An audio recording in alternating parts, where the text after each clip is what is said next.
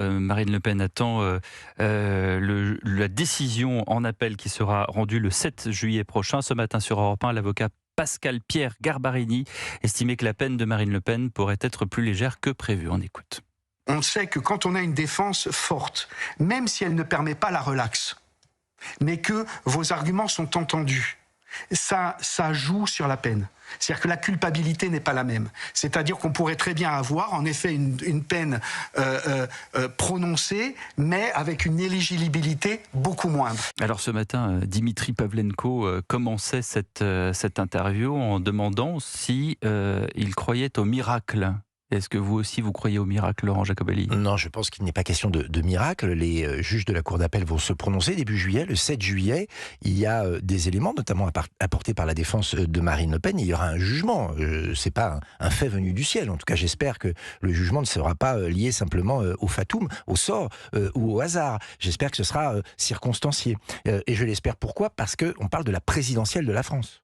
Et l'on parle de Marine Le Pen. Marine Le Pen qui est l'incarnation de l'alternance dans l'esprit des Français, qui depuis des décennies se bat pour sauver notre pays, avec beaucoup d'embûches sur son parcours. Je crois que ça, on ne peut pas le nier, et qu'elle a à chaque fois surmonté tous les obstacles et qu'elle en est ressortie, contrairement à ce que tout le monde avait prévu, à chaque fois plus forte.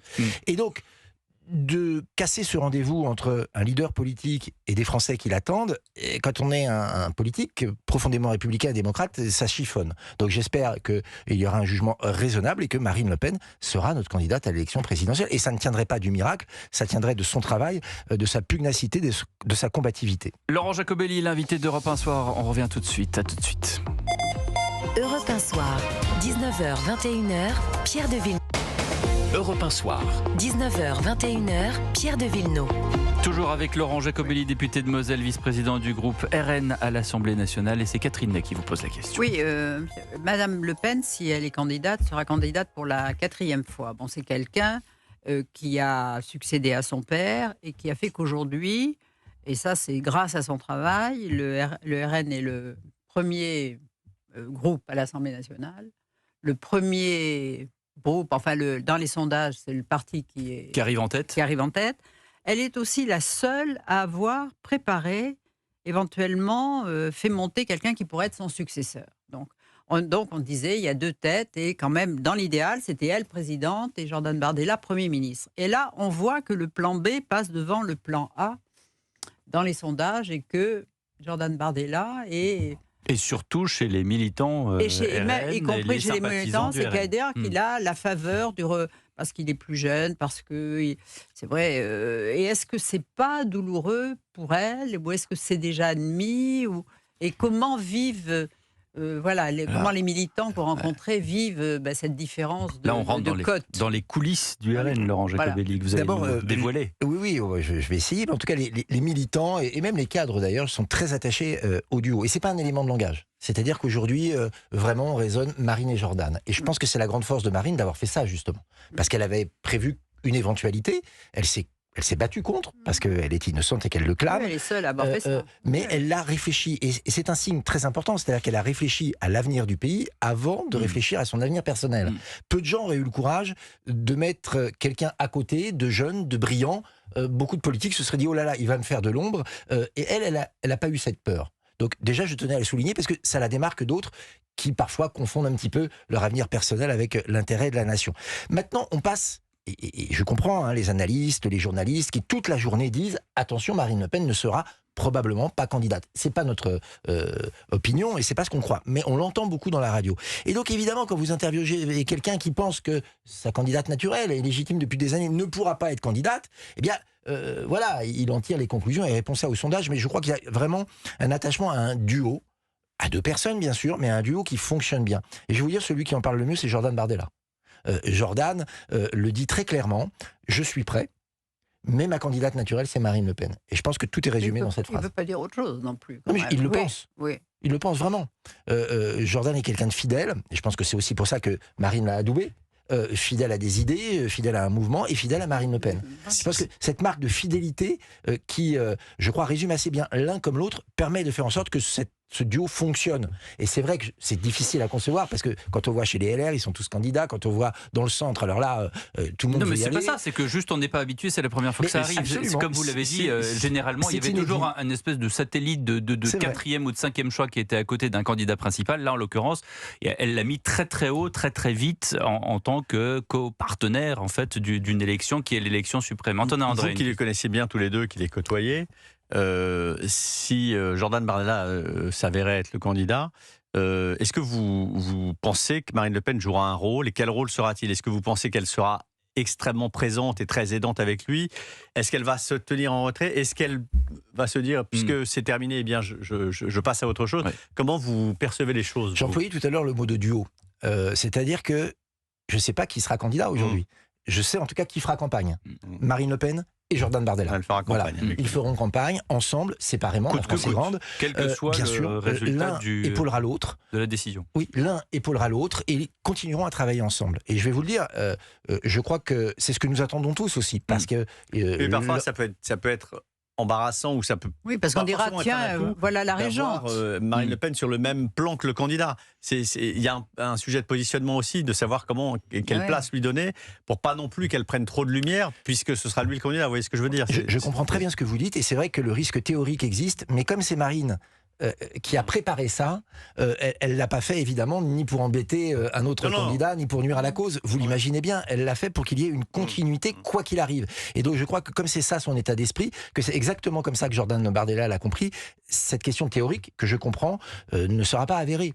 C'est-à-dire que Marine saura très très bien où mettre le curseur, et Jordan aussi. À quel moment, et je reprends ce que disait tout à l'heure Antonin André, le RN, soit par l'intermédiaire de Marine Le Pen, qu'elle soit une régente ou qu'elle soit un cardinal Mazarin ou Richelieu, comment dirais-je, à souffler dans l'oreille des conseils au jeune Jordan Bardella, je me permets, puisqu'il est encore jeune, en tout cas par rapport à moi, mais sur le territoire économique, sur le programme économique, alors que Bruno Retailleau, qui vient de donner sa candidature, a fourni, il y a quelques semaines maintenant déjà, un programme économique. Est-ce qu'on a, j'allais dire, des 3 bullet points en bon français, 3 points importants que vous pourriez nous livrer ce soir?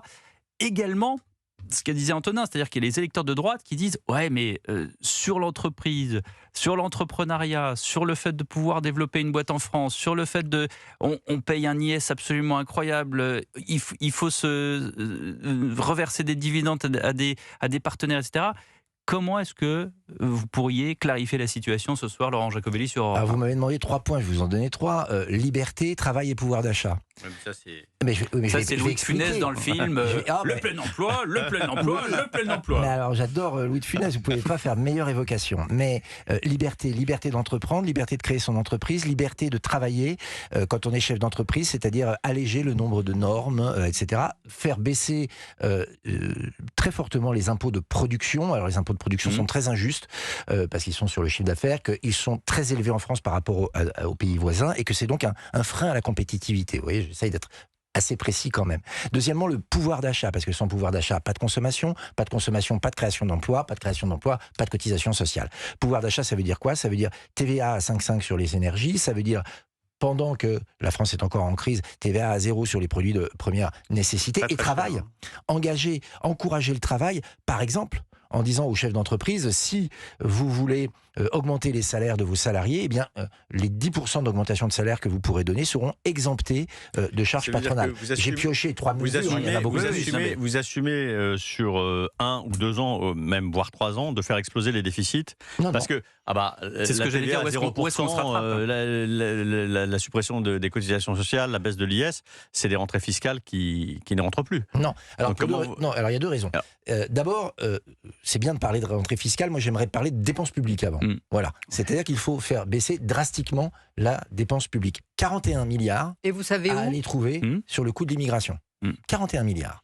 Entre l'hébergement de ceux qui viennent de manière indue, les frais hospitaliers et sanitaires, etc. Et le traitement. On coupe tout? Pas tout. Simplement, on respecte la règle, c'est-à-dire qu'on n'accepte pas l'immigration illégale, on ne soigne pas mieux un migrant clandestin qu'un Français, ce sont des règles de base. Mais on soignera les réfugiés, comme ça a été proposé au niveau européen? Mais d'abord, les réfugiés, il faudra qu'ils soient vraiment réfugiés. C'est-à-dire qu'aujourd'hui, la demande d'asile est devenue une voie d'immigration clandestine. Je rappelle qu'il y a, par exemple, des Albanais qui demandent la protection de la France. Or, que je sache, l'Albanie n'est pas en guerre. Mais donc, comme pour déceler qui est qui, ça demande des moyens supplémentaires et de la dépense supplémentaire au niveau public également. C'est vrai, mais aussi le respect de la loi. Vous allez devoir faire j'allais dire, encore une agence ou une officine pour dire, tiens, venez... Non, on va plutôt les réduire. Et c'est d'ailleurs le deuxième volet de mon explication, c'est qu'il y a des dizaines de milliards à les trouver parmi les 1200 agences qui ne servent à rien. Je pense à l'ARCOM, par exemple, qui ne servent à rien. D'autres pourraient faire son travail pour beaucoup moins de partialité et beaucoup moins de dépenses publiques. Certaines agences, comme l'ADEME, qui fait des publicités pour nous expliquer à quelle fréquence on doit laver notre linge, mais à coût de 4 milliards de budget par an, c'est quand même beaucoup. Donc il y a beaucoup de choses à aller trouver là. Et puis, je crois que, puisqu'on parlait d'impôts, aujourd'hui, l'impôt tue l'économie. Voilà, on est arrivé à un degré d'imposition des Français et des entreprises qui est confiscatoire et qui nuit donc au pouvoir d'achat et qui nuit donc à la consommation, à l'investissement et au recrutement. Et donc, il faut retrouver une spirale vertueuse. Aujourd'hui, elle est un vicieuse. impôt juste, mais pas plus d'impôts. Rassurez-nous. Mais plus d'impôts, c'est pas possible. Bien sûr que c'est pas possible. C'est pour ça que en tout cas, il faut arrêter et il faut aller dans le sens d'une diminution des impôts. Autant pour les particuliers que pour les entreprises. Aujourd'hui, c'est confiscatoire. C'est-à-dire qu'aujourd'hui, quelqu'un qui veut créer son entreprise, il se dit quoi ? Vous savez, j'habite en Moselle, à la frontière du Luxembourg. Je vais vous dire, vous faites un tableau, en 2 minutes vous avez compris où vous devez aller créer votre entreprise. Et malheureusement, c'est pas en France. Quand il n'y a pas très longtemps, je crois, en décembre, Marine Le Pen, au micro de la grande interview, disait que évidemment la taxation des plus riches ou des plus grandes entreprises, il y avait un levier dans la situation économique dans laquelle on se trouve. Il fallait bien maintenir ça, ou en tout cas de manière sporadique. Donc ça veut dire que il faut bien, pour reprendre ce que disait Antonin, il faut bien se rattraper quelque part. C'est-à-dire que vous n'allez pas retrouver... Admettons que vous trouvez 41 milliards sur les frais de l'immigration, ça ne suffira pas. Non, mais alors, je sais pas. On dépense 1700 milliards chaque année. Bien sûr, mais il y a 500 milliards d'aide sociale et 500 milliards de retraite. En vitesse de croisière, il y a 100 milliards à les trouver sur le fonctionnement de l'État assez facilement. Ouais. Donc, et on va payer 80 milliards d'intérêts de la dette encore cette année. Je vais me permettre, vous me posez beaucoup de questions. Non, ce sont des faits pour je vais me permettre d'aller répondre quand même. D'ailleurs, du coup, j'ai oublié votre question, vous voyez, tellement il y a eu de réponses sur d'autres choses entre-temps. Non, mais comment est-ce que vous allez taxer les plus riches ? Alors, globalement, la pression fiscale sur les entreprises va baisser, mais elle sera plus juste. Par exemple, il y a aujourd'hui des entreprises... Je termine la justice fiscale, vous savez... Oui, je sais, justement, je vais vous expliquer. Il y a aujourd'hui des entreprises multinationales qui travaillent en France, qui font des bénéfices extraordinaires et qui ne payent pas d'impôts. De manière tout à fait légale, d'ailleurs. Et le boulanger du coin... Attention, j'ai l'impression d'avoir Éric Coquerel en face de moi. Je l'aurai dimanche au grand rendez-vous. C'est pas très gentil. Non, c'est pas que c'est pas gentil, c'est qu'il pense exactement comme vous. Non, pas du tout. Le boulanger du coin, lui, est écrasé fiscalement. Donc il y a une injustice fiscale. Ce que nous voulons, c'est qu'il y ait une justice que, globalement, on paye moins, mais que ceux qui ne payent pas d'impôts, alors qu'ils gagnent beaucoup d'argent en France, en payent. Excusez-moi, mais c'est normal. C'est pas la chasse aux riches, c'est la chasse à l'injustice. Donc vous allez traquer... Monsieur Coquerel, lui, déteste les entrepreneurs, déteste les riches et pense que la richesse est une maladie. Non, le problème en France, c'est pas qu'il y a trop de riches, c'est qu'il n'y en a pas assez. Le rêve que nous avons, c'est qu'un petit Français, quel que soit son milieu social, quelle que soit sa localisation sur le territoire, puisse avoir les moyens, s'il le veut, demain d'être riche. Et qu'il ne rencontre pas à chaque étape un taxeur, quelqu'un qui vient lui apporter une norme et qui l'empêche de réussir. Pour prendre un exemple concret, LVMH, Bernard Arnault, qui crée 200 000 emplois, qui emploie 200 000 personnes à travers le monde et une majorité en France, puisque l'emploi est quand même surtout en France pour cette entreprise-là. Aujourd'hui, vous faites quoi ? Vous dites, tiens, vous devriez payer plus d'impôts que vous ne payez actuellement ? Alors, je ne connais pas la fiscalité. Alors, il paye 5 milliards d'euros d'impôts et c'est le premier contributeur voilà. Et je ne sais pas, des entreprises. Je ne sais pas s'il passe par les îles Vierges, etc.